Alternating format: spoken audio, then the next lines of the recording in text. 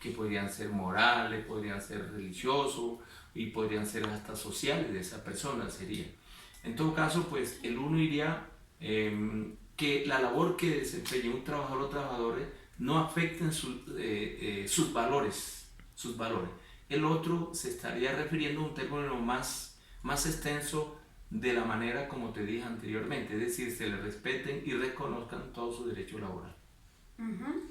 Pues bien, según la OIT, que es la Organización Internacional del Trabajo, nos dice que efectivamente el trabajo decente es el que se basa es como cuando le pagan bien a una persona, que por lo menos con lo que le paguen le alcance para subsistir a él y a su familia, él o ella. Y también pues que se le respeten todas las prestaciones de ley y demás. Y trabajo digno, perdón, hace referencia al trabajo o labor que desempeña una persona sin que se le viole o atente contra los derechos fundamentales de esta persona. Ah, bueno, muy bien. Entonces, bueno, teniendo en cuenta esto, Sí. ¿considera usted que el trabajo informal cumple con los requisitos mínimos del trabajo decente, de las políticas públicas del trabajo decente? No, no, porque piense usted que muchos trabajadores, bien sea independiente o dependiente, llegan a la informalidad precisamente por el aumento del desempleo, es decir, la reducción del empleo. Entonces hay muchos trabajadores que quedan precisamente cesantes o no tienen empleo, no consiguen empleo en las empresas y entonces ¿qué hacen? Pues buscar o ganarse la vida a través de lo que uno conoce ordinariamente como rebusque. Y ahí es donde uno los ve vendedores ambulantes por la calle, rebuscándose, como dice uno muy vulgarmente, o más bien subsistiendo en una manera muy precaria y muy lesionante para, en el caso, lo que podría ser un trabajo decente y además digno. Eso sería. Muy bien. ¿Sabía usted que en Colombia existen distintas normativas sobre el trabajo decente, como la política pública, que existe aquí en Boyacá, o la ordenanza 035 del 2017 aquí en Colombia? Bueno, tal vez de esa manera tan precisa no la tenía, pero creo que, a ver, empezando desde la Constitución Nacional, creo que el artículo 25 define qué es trabajo y se refiere, digamos, a que todo trabajo pues, debe tener protección del Estado colombiano, pero además debe ser digno y justo. Y eso está dentro del marco que tú me estás hablando. Digno y justo debe ser eso. Es decir, si una persona trabaja una hora en nuestro país desde el punto de vista del derecho laboral, debe reconocérsele como mínimo con base en el salario mínimo colombiano. Usted sabe que cada año se modifica y se actualiza el salario mínimo colombiano a través de decreto. Hay otras normas, desde ahí en adelante tendríamos el Código Sustantivo del Trabajo. Ese código que tenemos nosotros es del año de 1951, entró a regir, yo recuerdo el 1 de enero.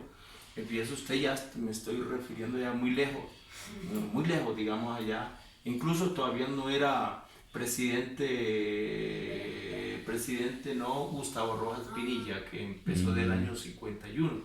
Creo que para esa época creo que fue Laureano Gómez, digamos en esa época. Y entonces desde ahí de esa época tenemos la vigencia del Código Sustantivo del Trabajo que a la actualidad no hemos modificado ni actualizar. No obstante que el artículo 53 de la Constitución Nacional permite que el Congreso debería actualizar y hacer un nuevo estatuto laboral con base en unos mínimos principios fundamentales que están en esta norma que acabo de mencionar.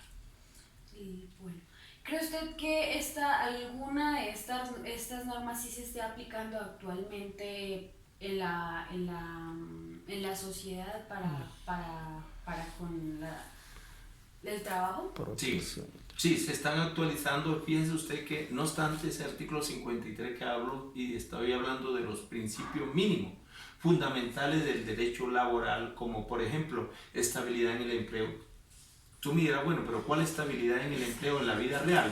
Si uno generalmente lo vinculan por un contrato a término fijo, ¿sí? Digamos, pues hay veces que ese contrato se puede extender de manera indefinida, extender o prorrogar más bien de manera indefinida. Sin embargo, hay momentos en que ya por razones económicas la empresa tiene que darle terminación mediante el preaviso de ese contrato de trabajo.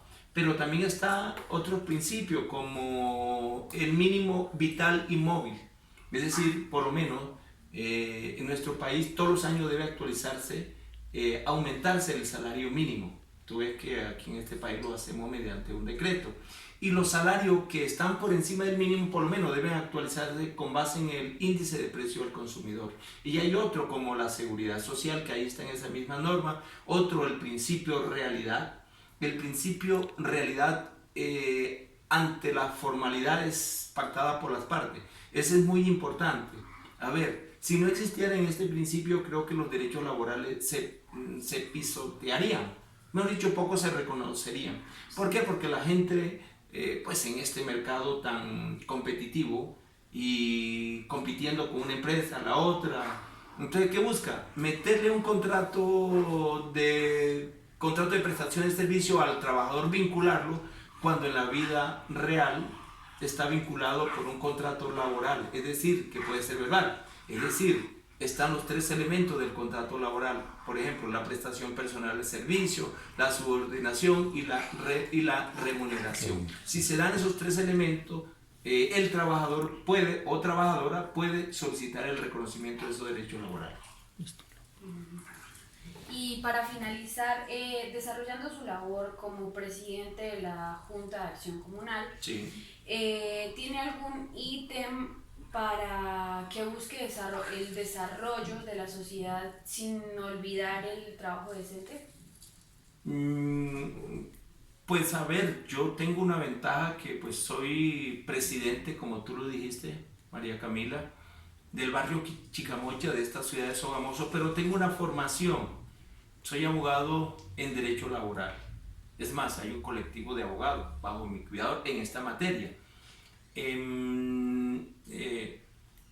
Por supuesto, pues también estuve vinculado al Ministerio de Trabajo, y lo hago aquí no por hablar de cargo ni esas cosas, sino porque me he dado cuenta que donde tú vayas como abogado laboral, inclusive como inspector, a veces te abordan.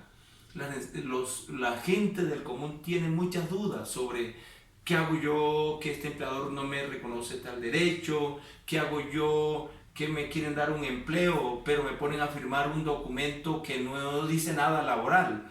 Pues frente a esas situaciones, uno qué le dice a la gente o qué puede uno orientar en las comunidades. Orientar es que, hombre, si usted no firma ese contrato, no le dan el trabajo, fírmelo y después miramos si verdaderamente la labor que usted desempeña o el servicio que usted presta se da bajo un contrato laboral, y allí se aplicaría el principio de la primacía de la realidad sobre las formalidades.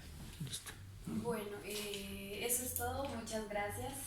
No, a ti, María Camila, qué bueno que ustedes, jóvenes estudiantes de Administración de Empresa de la Universidad UNAD, estén interesadas por este tema de materia laboral, porque se requiere, sobre todo cuando tú salgas como administrador de empresa, por lo menos ya tendrás una orientación de que los derechos laborales tienen una protección y hay maneras distintas o diferentes y muchas para reclamarlo o defenderlo.